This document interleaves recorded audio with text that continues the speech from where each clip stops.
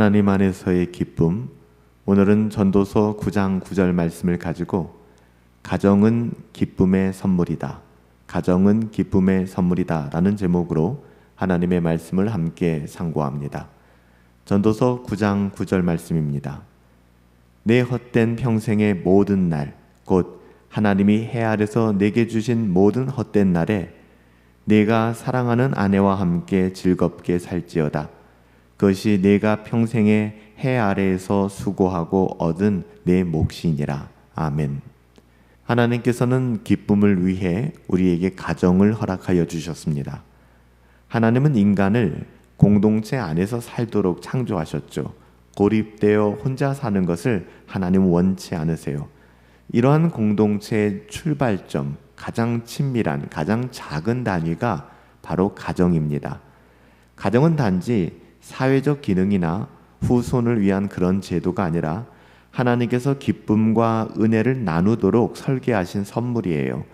그러니까 우리는 가정을 통하여 하나님의 기쁨과 은혜를 누릴 수 있는 것이고, 또 누려야 하는 것이고, 그 기쁨과 은혜를 나눌 수 있는 곳이 바로 가정이라는 것입니다. 오늘 본문에서 전도자는 인생의 헛됨을 말하면서도 그 안에서 하나님이 주신 기쁨으로 주목해야 될 대상이 바로 사랑하는 아내와 함께하는 즐거움이다라고 얘기합니다. 사랑하는 아내, 사랑하는 남편, 사랑하는 부모님, 사랑하는 자녀들, 이 가족이 함께 누리는 즐거움을 이야기하는 것이죠. 그러니까 결혼과 가정은 고난의 피난처가 아닙니다. 우리를 힘들게 만드는 구속이 아닙니다. 하나님께서 우리 삶 가운데 허락하신 영원하고 또 유일한 기쁨의 통로가 되는 거예요. 이 세상에서 우리가 맛볼 수 있는 참된 기쁨의 통로라고 하는 것은 가정이라는 것이죠. 오늘날 가정이 깨어지고 가정의 상처가 참 많아요. 그렇기 때문에 가정을 기쁨으로 생각하시는 분들이 그렇게 많지 않은 것 같습니다. 하지만 하나님께서는 우리에게 가장 작은 공동체로서, 공동체의 시작으로서 하나님의 기쁨과 은혜를 누릴 수 있는 통로, 가정을 허락하여 주셨습니다. 이런 가정은 우리에게 기쁨을 줄 뿐만 아니라 우리에게 하나님의 사랑으로 서로를 양육시키는 그런 공간이기도 합니다. 전도서가 말하는 즐겁게 살지어다 라고 하는 표현은 인생의 헛됨 속에서도 기쁨은 여전히 가능하다라는 의미를 내포하고 있죠. 여러분, 세상에서 이러한 기쁨을 어디서 누릴 수 있다는 거예요? 성경은 이렇게 얘기합니다. 그것이 바로 가정이라는 것입니다. 우리가 어떻게 느끼든 우리의 삶의 자리가 어떻든 상관이 없습니다. 하나님의 계획은 그러합니다. 그 기쁨의 공간이 바로 가정이라는 거예요. 그 기쁨을 가정에서 누리지 못한다면 그는 참으로 불행한 인생을 살아가는 것이죠. 하지만 이러한 기쁨이 또한 자동적으로 주어지는 것은 아닙니다. 가정 또한 별반 다르지 않은 것 같아요. 서로 다른 사람들이 모여 가정을 이루고 있지 않습니까? 하나님 안에서 자아를 내려놓지 않고 하나님 안에서 우리의 그 어떠함을 내려놓지 않는 한 가정은 기쁨이 아니라 지옥이 될 것입니다. 그렇기 때문에 가정을 통해서 우리는 자기를 부인하고 자기 십자가를 짐으로 말미암아 하나님의 그 사랑을 서로 배워가고 가르쳐주는, 나눌 수 있는 여러분 그런 훈련의 자리가 되어야 한다는 것입니다.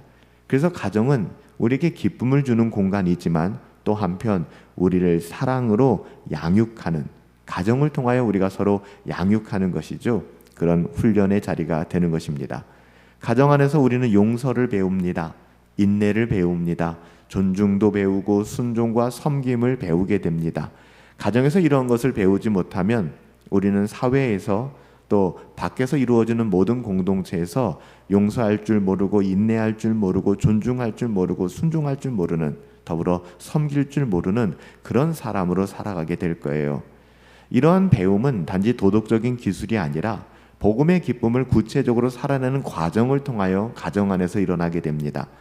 그래서 하나님을 경외하는 사람들은 가정 안에서도 하나님이 주신 질서를 따라 살아가게 되는 것이죠. 남편은 아내를 그리스도께서 교회를 사랑하신 것처럼 사랑하게 되고, 아내는 남편을 주 안에서 존중하며 돕게 됩니다. 그리스도께서 교회를 사랑하신 것처럼 또한 교회가 그리스도께 순종하는 것처럼 그렇게 살아가게 된다는 것이죠. 이러한 기쁨은 서로를 통해 하나님께로 연결되는 거예요. 그래서 신실한 가정은 남편을 통하여 아내가 하나님을 더 깊이 사랑하게 되고, 아내를 통하여 남편이 하나님께로 더 가까이 나가게 되며, 자녀들이 부모를 통하여 하나님을 경외하는 법을 배워가게 되는 것입니다.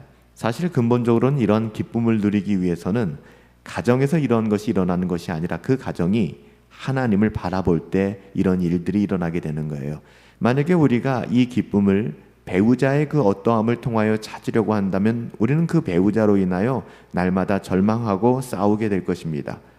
그 기쁨은 배우자에게서 오는 것이 아니라 그 배우자가 하나님을 먼저 바라볼 때 그 하나님 안에서 우리에게 임하게 되는 것입니다. 하나님 안에서 우리가 이 사랑을 누리게 되고 이 기쁨을 누리게 될 때 가족 서로에게 은혜와 사랑이, 기쁨이 흘러가게 되는 것이죠. 우리에게는 그런 것이 없어요. 우리가 하나님을 바라보며 하나님 안에 거할 때, 그러니까 모든 가족 구성원들이 하나님 안에 거하는 것이 얼마나 큰 복인지 모르겠습니다. 우리가 배우자에게 기대하는 많은 불만과 갈등의 뿌리는 사실 하나님으로부터 받지 못한 만족을 그 사람, 배우자에게서 받으려고 하기 때문에 그래요. 여러분, 어떤 사람도, 그것이 배우자라 할지라도 그 사람으로 말미암아 우리는 참된 만족을 얻을 수 없습니다. 우리의 만족은 어디서 오는 거예요? 하나님으로부터 오는 것이죠. 그 하나님으로부터 받은 만족을 가족 모두에게 나누어 주는 것. 여러분, 그때 그 가족, 그 가정 안에 하나님이 주시는 기쁨이 흘러 넘치게 되는 것입니다. 하나님께서 주시는 기쁨은 환경과 상황에 따라 흔들리지 않고 배우자의 반응에 따라 소진되지도 않습니다. 자녀들의 태도에 따라 하나님께서 주신 기쁨이 좌지우지 되지도 않는 거예요. 그분 안에서 먼저 기쁨을 누린 사람은 가정 안에서 기쁨을 나누게 되는 것입니다. 하나님은 우리에게 완벽한 배우자, 완벽한 자녀를 주신 것이 아니라 함께 거룩과 기쁨을 배우는 동역자로 우리를 불러주신 것입니다. 여러분, 이 사실을 받아들이게 될 때 우리는 배우자를 향하여 원망하고 불평하며 여러분 이런 삶을 살지 않게 될 것입니다. 우리는 비교와 원망이 아닌 감사와 은혜의 눈으로 서로를 바라보며 서로를 때로는 힘들게 하지만 때로는 아프게 하지만 서로를 좀 더 경건하게 하고 거룩하게 하는 수단이 되어지는 그 가정의 가정됨을 바라보게 될 것입니다. 어떤 가정도 완벽할 수 없습니다. 하지만 그 가정을 통하여 하나님이 하시는 일들은 궁극적으로 하나님의 참된 기쁨과 사랑과 은혜를 우리 가운데 회복해 하시는 것이죠.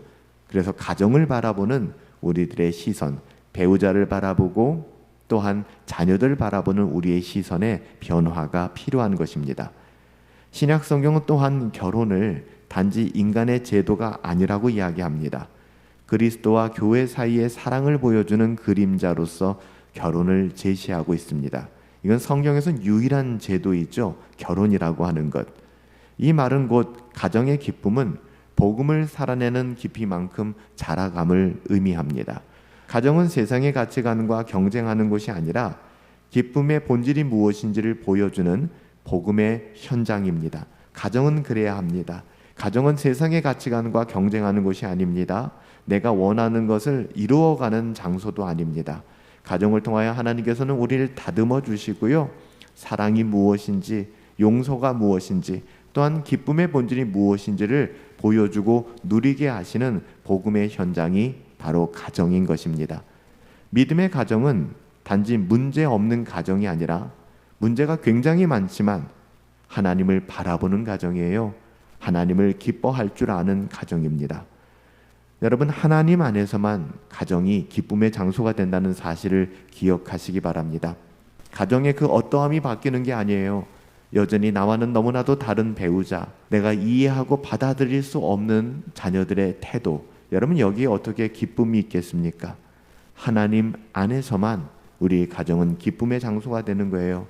배우자가 각각 하나님을 만나게 될 때, 하나님을 바라보게 될 때, 우리 자녀들이 하나님을 알게 될 때 그 가정은 하나님을 아는 그 한 사람으로 말미암아 기쁨의 장소로 바뀌게 되는 것이죠. 세상은 결혼과 가정을 기쁨을 빼앗는 짐으로 여기기도 합니다.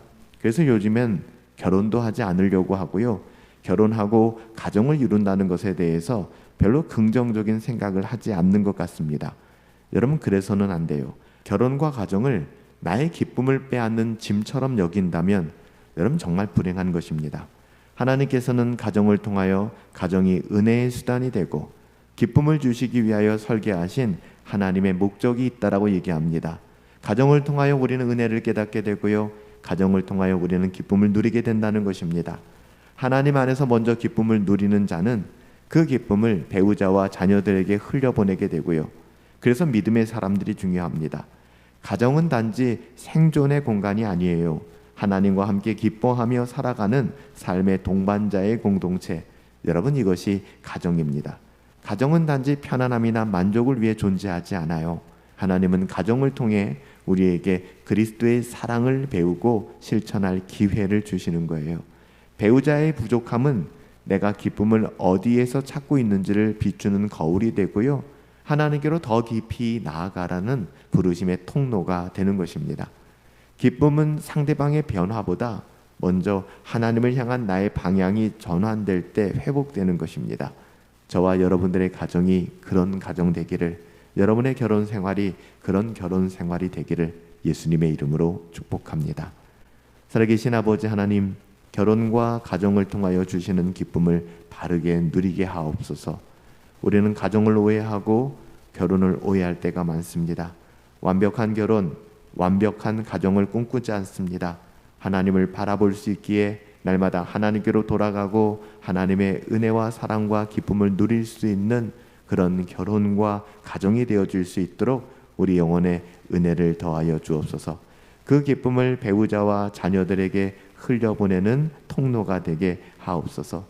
가정을 내 기쁨의 목적이 아닌 하나님의 사랑을 나누는 복음의 장으로 바라보게 하시고, 우리 가정이 하나님 나라의 기쁨을 보여주는 거룩한 믿음의 공동체가 되게 하옵소서.